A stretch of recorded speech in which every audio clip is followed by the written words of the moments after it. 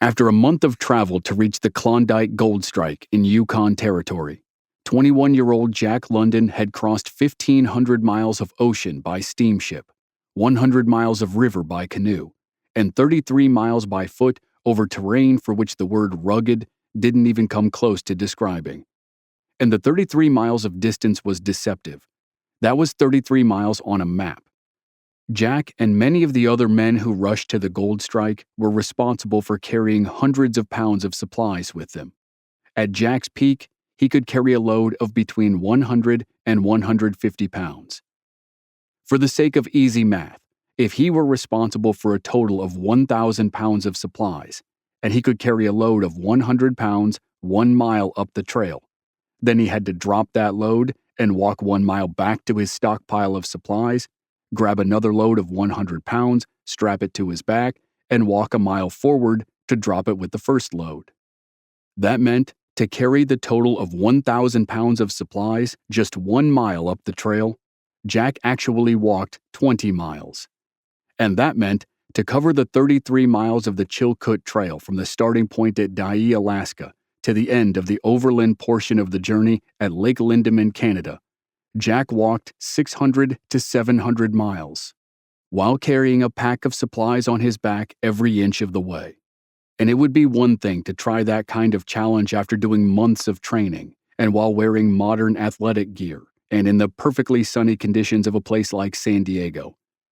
But Jack did it in August of 1897, while wearing old woolen clothes, and boots that would seem barbaric by today's standards, and while slogging up a muddy trail and being battered by wind and drenched by rain and sometimes pelted with snow, and sleeping in a tent on muddy ground every night and surviving on nothing but beans, bacon, and bread.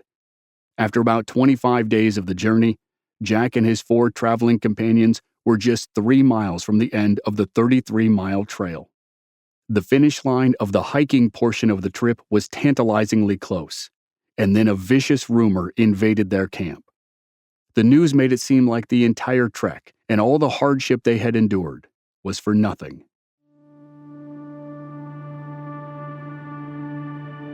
Jack and his team were at a place called Happy Camp.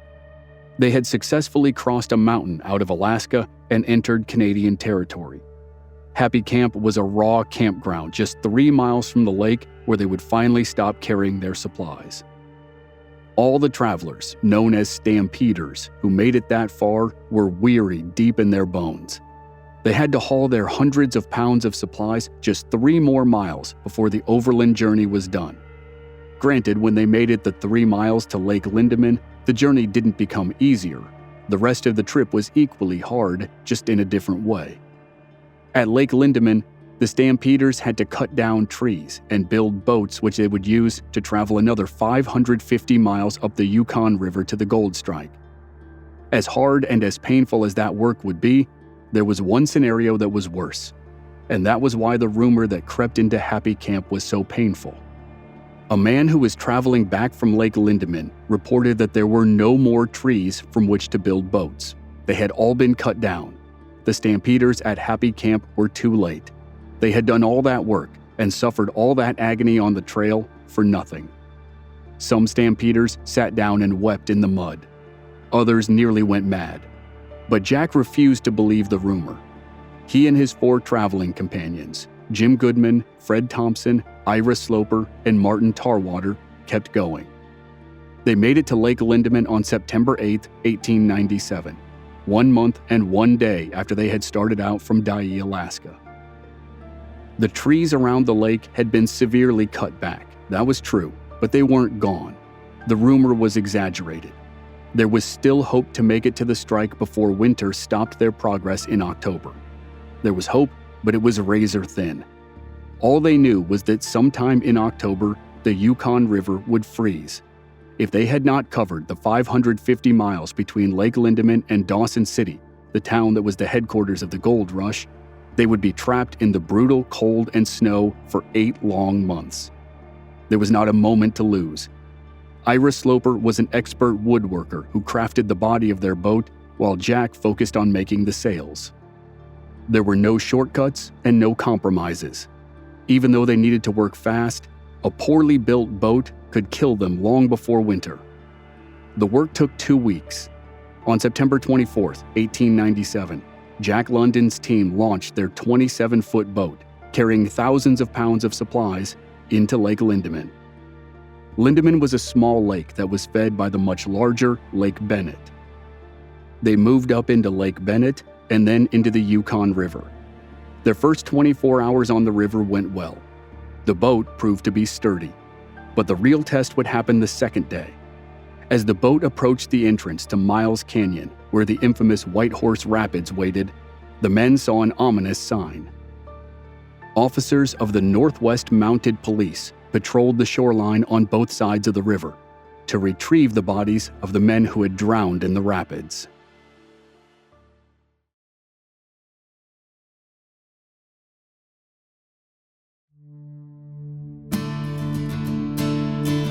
From Black Barrel Media, this is Legends of the Old West.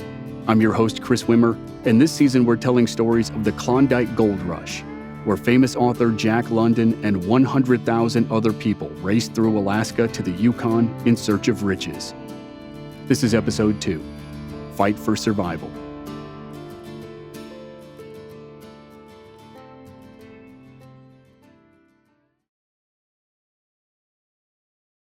Jack London and his companions were some of the earliest stampeders to leave from California, but they certainly weren't the earliest stampeders overall.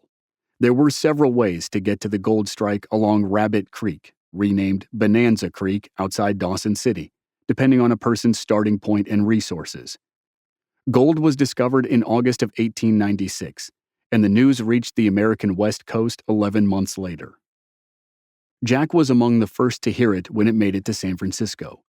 Just 8 days after learning of gold, Jack and his 60-year-old brother-in-law, James Shepard, were on a steamship bound for Juneau, Alaska. On the ship, they met Goodman, Thompson, and Sloper. The 5 men teamed up, and from Juneau, they helped paddle canoes 100 miles north to Dyea, Alaska, where the grueling 33-mile overland trek started. James Shepard made it just 9 miles, even with Jack carrying most of his supplies.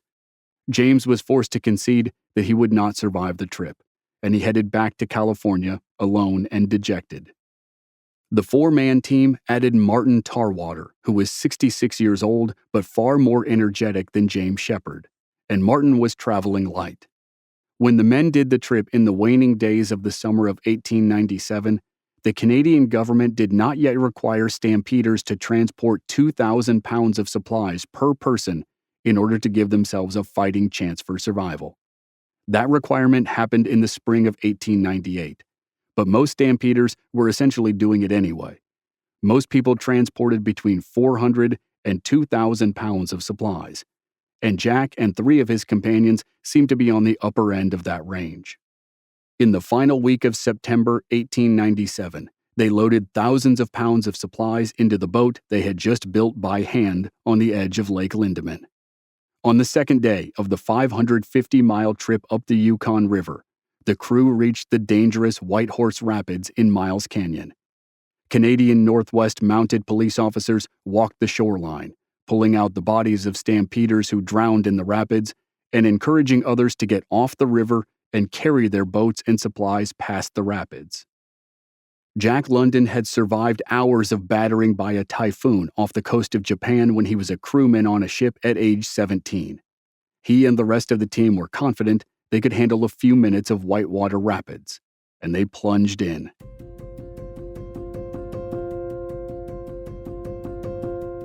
The 27-foot boat dove into the churning, foaming rapids.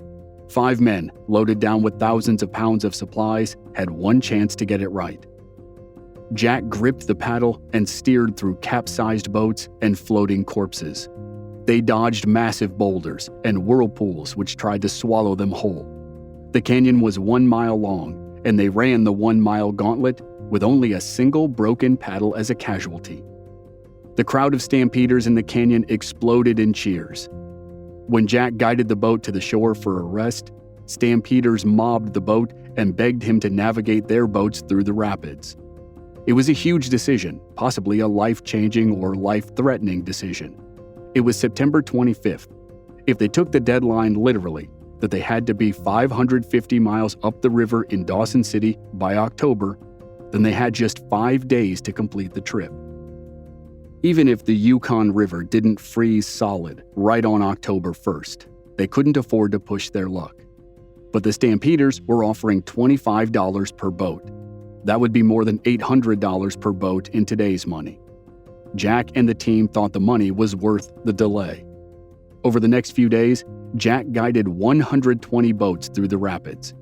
He probably saved hundreds of lives, and if every boat paid him $25, he made the modern equivalent of $96,000 for a few days' work. But even with the unexpected windfall of cash, Jack and the team couldn't stay in Miles Canyon forever. October was just a few hours away, and they had barely started the 550-mile river journey. Jack and his 4 companions climbed back into their own boat and resumed their trip. They cruised up the Yukon River at a great pace. They traveled more than 500 miles in just a few days. But they also learned that the October deadline was nearly as literal as it had sounded. Each day brought deeper cold, thicker fog, and more ice choking the river. Just 8 days into the month of October, they were in serious trouble.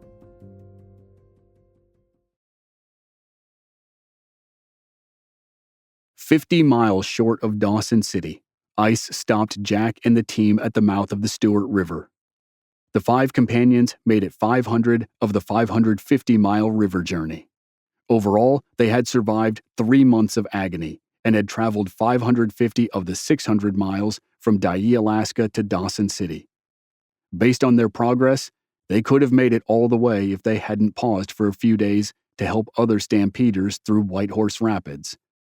That decision likely gnawed at Jack London and the team during the merciless months ahead. Their journey halted for the winter near the junction of the Yukon River and Stewart River, and they soon learned from other stampeders that they would have faced problems even if they had made it all the way. As the 5 men made an emergency plan to survive the winter in raw country, news arrived that there was no room in Dawson City for any more stampeders. The men had heard similar scary rumors throughout their journey, and few proved to be true. Even if it was true, they had no intention of abandoning the trip and turning back. But 4 of the 5 men in the group decided they would not press their luck any further in winter. Jack London, Jim Goodman, Fred Thompson, and Ira Sloper were transporting hundreds of pounds of supplies per man, and they believed it was safer to hole up for the winter, as demoralizing as the choice might be, rather than to carry their supplies on foot through the worsening conditions. But 66-year-old Martin Tarwater, the grizzled cook who joined them in Alaska, decided to risk winter's fury with a different group who were desperate to reach Dawson City. Jack, Jim, Fred, and Ira watched Martin walk away and disappear into a haze of white, and they never saw him again. The 4 men who had stayed together since they met on a steamship leaving California 3 months earlier found an abandoned cabin on the shoreline. It was a single room, 10 feet by 12 feet, and made from primitive logs. It would now be home to 4 grown men and piles of supplies for 8 months. A small metal stove in the cabin burned hot enough to cook food, but not hot enough to heat the room. 3 feet from the stove, supplies froze solid. The men had been surviving on the sacred bees, beans, bread, and bacon for the past 3 months, and now they would have to do so for another 8 months. They melted ice for drinking water, and they settled in to wait, for the most part. A couple weeks later, in November, Jack struck out alone on snowshoes to stake a claim at nearby Henderson Creek. He found another abandoned cabin and spent weeks living in a refrigerator, as he described it in his diary, before rejoining the group in December. By that time, 2 months into winter, cabin fever had already sunk its claws deep. 6 months of colder, darker weather lay ahead. Snow and ice carpeted the cabin floor.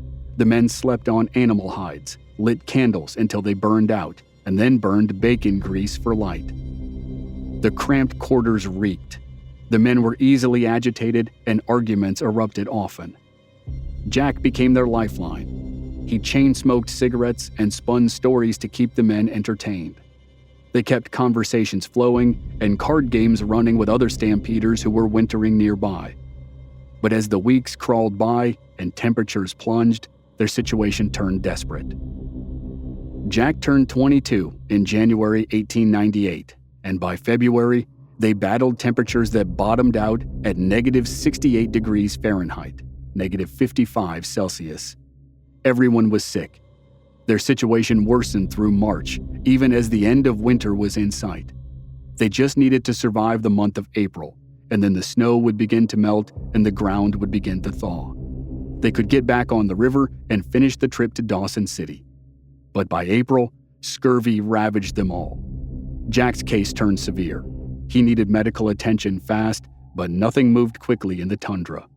And as bad as their situation was, it was about to be much worse on the trail behind them.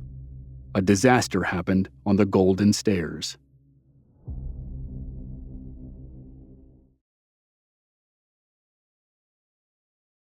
As April thawed the Alaskan side of the Chilkoot Trail and the ground softened, a fresh wave of hopeful miners began their assault on the treacherous path Jack London had recently conquered. They faced the long walk to Sheep Camp, and then the steep hike to the Scales at the base of the Coast Mountains, and then the tortuous climb up the side of the mountains to the summit at Chilkoot Pass. In winter, when snow and ice covered the mountains, stampeders had gradually chiseled crude steps into the snow and ice. From the Scales at the base of the mountains to the summit at Chilkoot Pass, there were 1,500 steps which became known as the Golden Stairs. The incline forced the stampeders to march up the side of the mountains in a single file line at a 45-degree angle while carrying packs of supplies on their backs. Famous photos of the Golden Stairs make the experience look like the definition of misery. Sometime in the winter of 1898, the enterprising businessmen of the Alaska Railroad and Transportation Company built a gasoline-powered cable car system to carry supplies to the summit, for a hefty fee, of course. The tramway, as it was called, was likely completed around March 1st, about a month before the mountains started sending warning signs. February and March had hammered the Chilkoot Trail with relentless snow. When the winds warmed up in April, the native Tlingit guides, whose people had lived in the mountains for generations, read the signs and refused to venture above Sheep Camp. They warned stampeders about continuing up the mountain, but gold fever overrode the risk of trouble.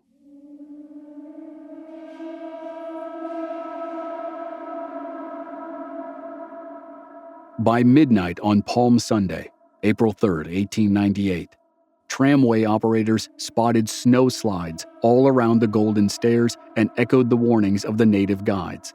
They urged the stampeders to retreat from the Scales, to move down from the base of the mountain toward the tree line. Stampeders ignored the warnings. At 2 a.m., about 200 men were camped at the Scales when the first avalanche hit. John Morgan, a hopeful miner from Emporia, Kansas, jolted awake from the shriek of a falling stovepipe as his tent collapsed under a sudden, crushing weight of snow.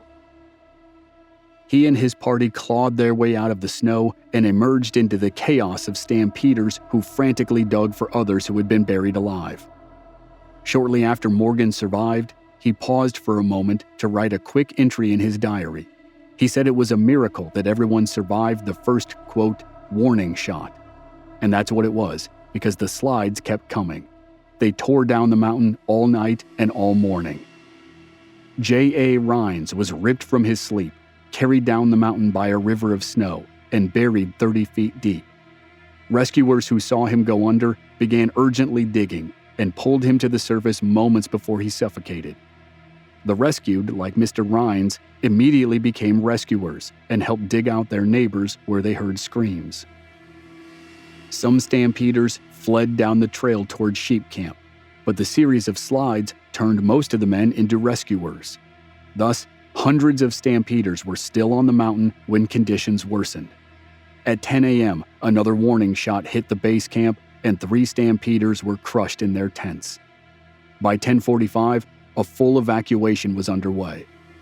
Every man above ground was working on a way to move down to Sheep Camp.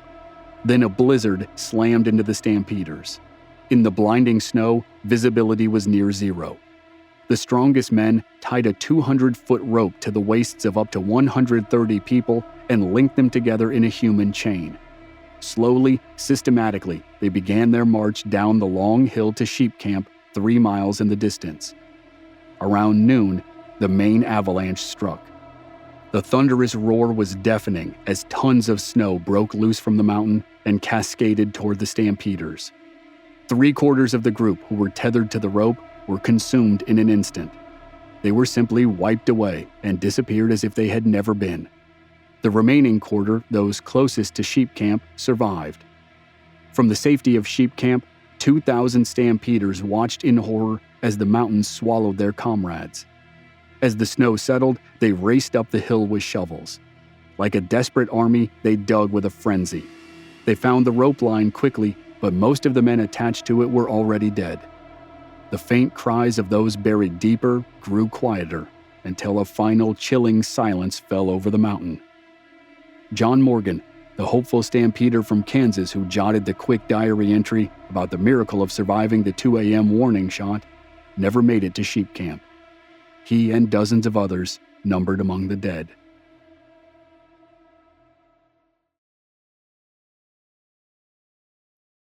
Reports vary, but the death toll from the Palm Sunday avalanche settled at approximately 65 people.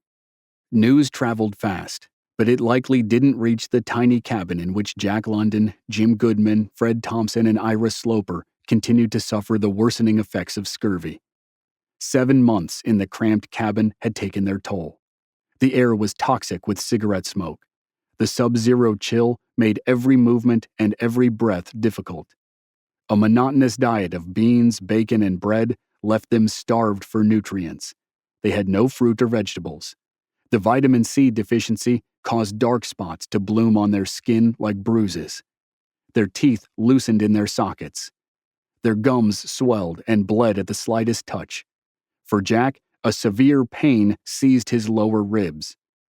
By May, the final month of their torment, when they thought they could finally break free of the cabin, Jack was suffering hemorrhages which advanced so rapidly he was nearly crippled from the waist down. Jack needed urgent medical attention, and Mother Nature finally complied.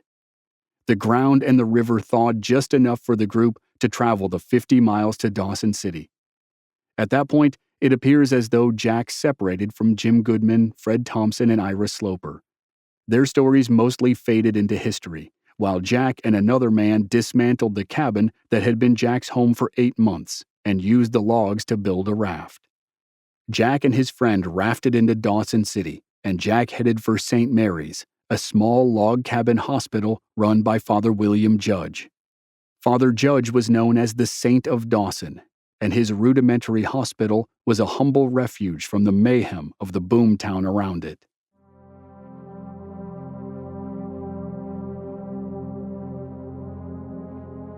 A year earlier, Dawson City had been a quiet fishing village. Now it was a sprawling, muddy morass of 17,000 people who were thrown together in a chaotic jumble of tents, cabins, and rows of saloons. It was a city of extremes. Men who struck it rich were slapping down $25,000 bets on a single hand of poker, while others starved in the mud. As Jack lay in his hospital bed, the town's disorders swelled as the ice and snow melted. Miners scrambled into the rivers, and fresh stampeders arrived in droves, many of whom told stories of the horrors of the Palm Sunday avalanche on the Golden Stairs. A volunteer at the hospital, Harry Flaherty, described the recovery effort as stampeders dug out the dead. Some were found lying or standing, others in frightful positions with horrible expressions on their faces, while others looked as though they had just gone to sleep. The Northwest Mounted Police and the U.S. Army set up a makeshift morgue in sheep camp to identify victims, sort possessions, and assign death certificates. Families in far-off places received the news, and in some cases, they shipped the bodies of loved ones home. John Morgan was one such case, and his body returned to Kansas. But for most, the final journey was a sled ride to a burial ground called Slide Cemetery in Dyea. where they remain to this day. In the makeshift hospital in Dawson City, Father Judge fed Jack a vitamin C diet of limes, lemons, and potatoes. It began to ease his symptoms, but it wasn't enough. Jack needed professional medical attention and fresh food. Dawson City, overrun and filthy, was short on everything. Father Judge's advice was blunt: go home.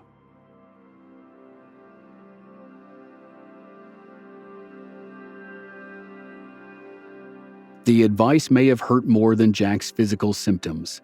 For 10 months, he had pushed his mind and body to the absolute edge of survival, all for the family dream of finding gold. Despite his current condition, he had made it to Dawson City. So many times on the Chilkoot Trail or the Yukon River, he could have turned back, but he actually made it to the gold strike. And now the minister was telling him to go home. As Jack pondered an idea that would have seemed unthinkable just 2 months earlier, many other stampeders were having similar thoughts. After the avalanche, the price of gold finally became too steep.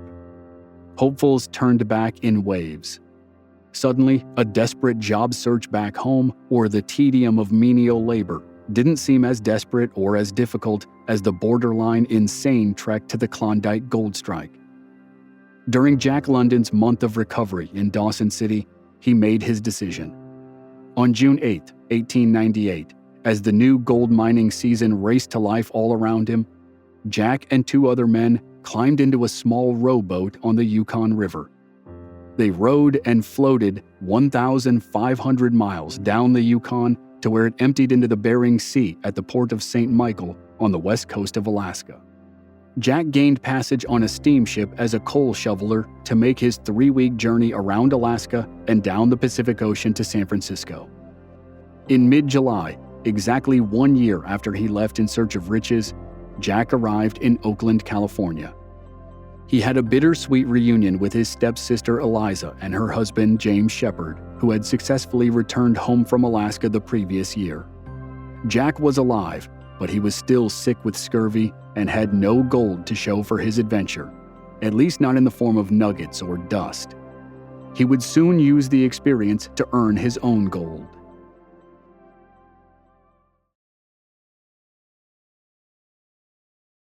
Eliza nursed Jack back to health, but the financial strain was a constant and unshakable weight on everyone.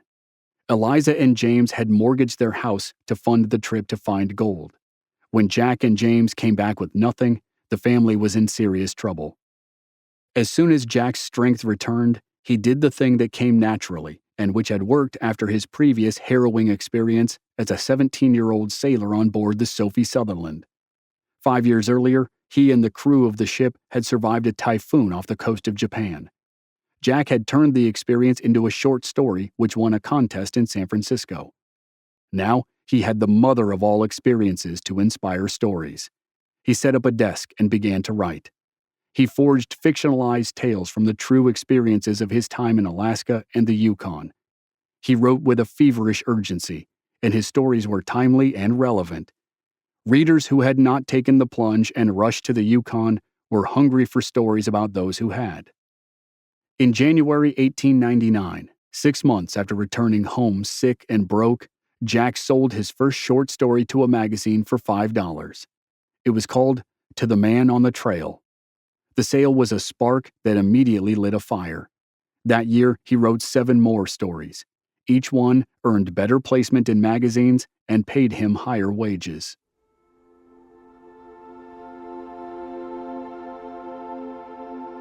Jack wrote of the struggles on the Chilkoot Trail, the climb up to the summit of Chilkoot Pass, the wild river passage through the White Horse Rapids, and the brutal winter which nearly took his life. He became the underdog whom readers wanted to cheer for, and the effort worked. After a year of physical and mental punishment in the Klondike gold rush, he had returned home sick and penniless. After 18 months at a desk as a writer, he was earning steady money and supporting his family. Over the course of his life, Jack London wrote more than 50 books, the most famous of which were The Call of the Wild in 1903, The Sea Wolf in 1904, and White Fang in 1906. In the end, he amassed a fortune that was probably far larger than he would have pulled from a stream in the Yukon. Though, of course, the fortune and the experience in the Yukon were inextricably linked. And while Jack London built a new life for himself as a writer, the Klondike Gold Rush continued far to the north in the unforgiving territories of Alaska and the Yukon. The Palm Sunday Avalanche in April 1898 doomed the Chilkoot Trail. There were two trails over the coast mountains, but the Chilkoot was the more well-known because of the Golden Stairs, and then the more notorious after the Avalanche.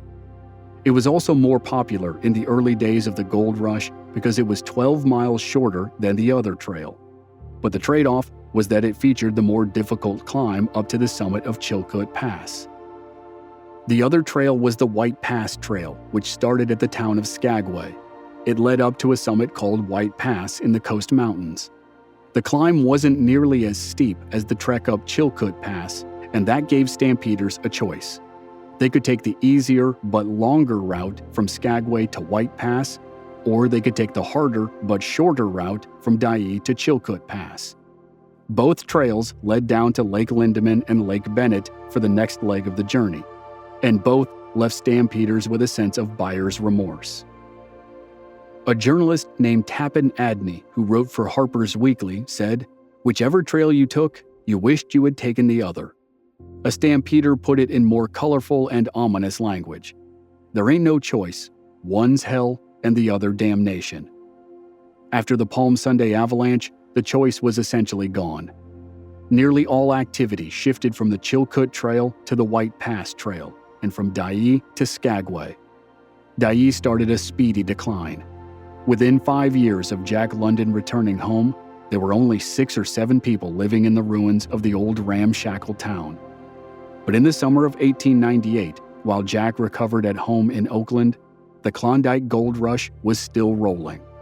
And that was plenty of time for swindlers of every type and description, as well as a few legitimate business owners, to set up shop in towns in Alaska to try to relieve the lucky gold miners of their recently acquired fortunes.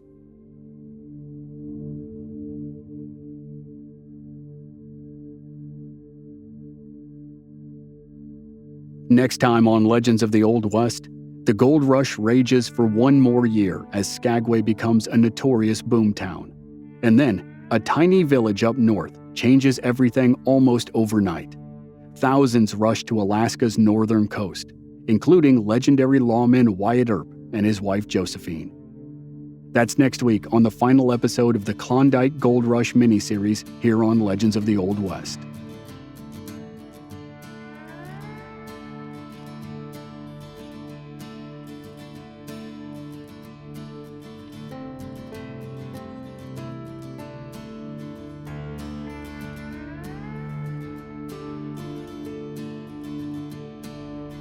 To binge all the episodes of a new season and to listen to every episode of the podcast with no commercials, subscribe in Apple Podcasts or sign up through the link in the show notes or on our website, blackbarrelmedia.com. This series was researched and written by Mandy Wimmer. Additional research and writing by me, Chris Wimmer. Original music by Rob Valier. Thanks for listening.